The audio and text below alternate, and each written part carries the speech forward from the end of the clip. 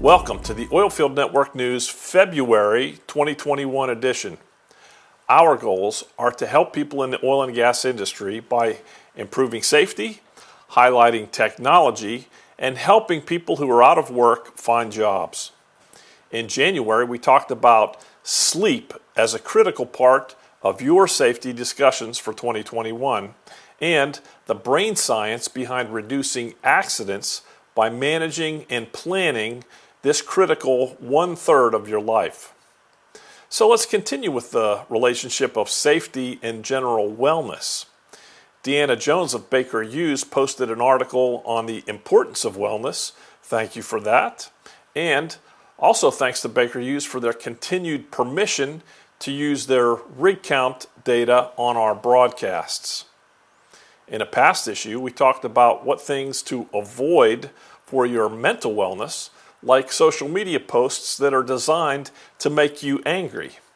If you need some positive feedback and you're in our oil and gas industry, feel free to share this next story. Recently, I had a medical emergency, and I certainly want to thank the doctors, nurses, and emergency medical technicians, without whom I may not be here today. The medical industry has been getting a lot of well-deserved praise, especially in dealing with this recent pandemic. That said, if it were not for you, my friends and colleagues in the oil and gas industry, there wouldn't have been gasoline to get the ambulance to the hospital. Once I got there, there would be no power for lights in the hospital or the scanners for the tests that were run. Without the energy that you help provide, we'd all literally still be in the dark ages. My history in the energy industry started working in a coal mine to help pay for college, then on offshore oil rigs. Now, anyone who's done this work knows it's dirty, requires long hours of hard physical labor, and can be dangerous. I'd like you to remind your friends, if they're warm in the winter or cool in the summer, or hear that beep, beep, beep of their heart monitor in the hospital, that's all thanks to you. Back to your wellness. Turn off the news and social media that generates fear, division, and puts people down. And post stories like this one.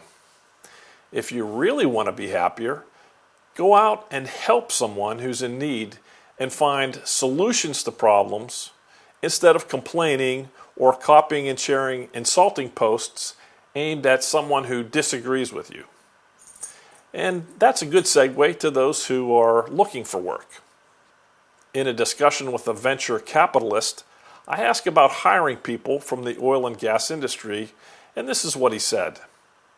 When presented with a challenge, engineers from some other industries took some time and came back with reasons a project could not be completed. The oilfield engineers came back with a prototype. I'd like anyone looking for technical talent in any industry to please keep that in mind. This is a group of individuals who, when the news stories and their talking heads were predicting doom and gloom because of lack of energy and peak oil prices, went out, developed new technology that increased production and dropped the price of oil and gas.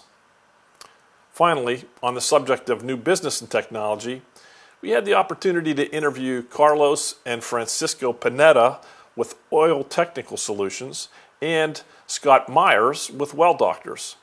Here are a few short segments from those interviews. One of the things that we do is try to help people make their decisions on what they want to do. What made you decide to start your own company?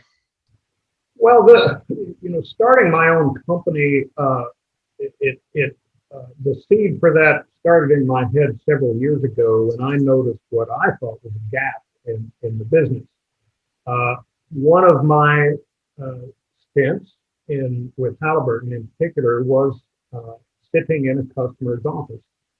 And that was very eye-opening in respect of how most operating companies work. They're very much like an assembly line. It starts in the G&G reservoir world. It kicks down to drilling. It goes to completions if the companies have a completions department. And the final product is handed over to the production department. And several times in that that experience, I noticed that the production people, something would go wrong. A well would get water encroachment or start producing sand, or just production would drop off as nobody expected it. The production people would basically punt it back to the drilling people. And because of the assembly line nature of the business, the drillers, being the only ones with well control, were quite often overwhelmed just trying to get new well designs out the door, and really didn't want to mess with it, and didn't, in some cases, have the expertise to deal with it. So down the hall they came. They'd ask Halliburton what you'd think, and Halliburton would say, well, let's cement it or frack it. They'd ask Baker what they thought. Baker would say, well, you need new packers and gas lift mandrels. Schlumberger, of course, would recommend the logging option. And maybe all of them were partially correct, but none of them were wholly correct. So the poor drilling engineer would go back and basically throw a dart and say, well, let's do this. Let's hope it sounds rational. It should work, and it doesn't cost too much. But quite often it wasn't the optimized solution, I would say, even from my own personal perspective. So that's where the idea of well doctors started growing legs. Thank you for joining, and maybe if you just start by introducing yourself. My name is Carlos Pineda. I have been in the oil and gas industry for many years, and most of that time has been in the well completions. I am passionate about working with people and also working in projects. I love starting projects and looking over them all throughout the execution. So that's about me. I'm going to let Francisco say something about himself, but I would like to present OTS, and truly is our mission statement, which is to offer advisory service, procurement, and supply of high quality equipment, materials, and other products for customers who have trouble finding these items in their geographical areas. We do that at competitive prices and with minimum delivery times. We do this for the oil and gas industry, but also petrochemical, electrical, and other industries.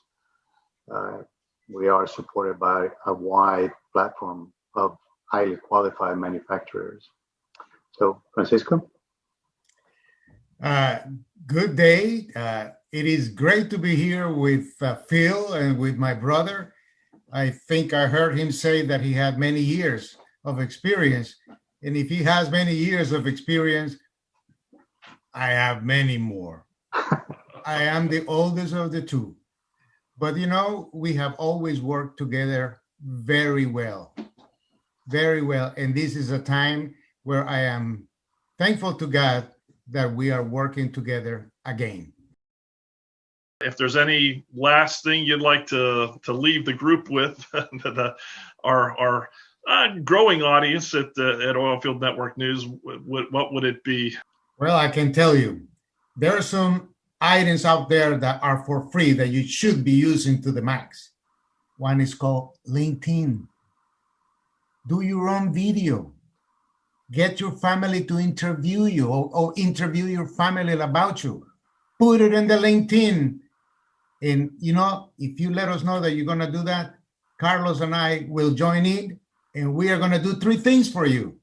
We are going to like it, we are going to share it, and we're going to say something nice about you. And it's going to go to all our contacts. And when our contacts get it, they're going to go to their own all contacts. So you become famous in no time. It's free. Use it. Sell, sell, sell.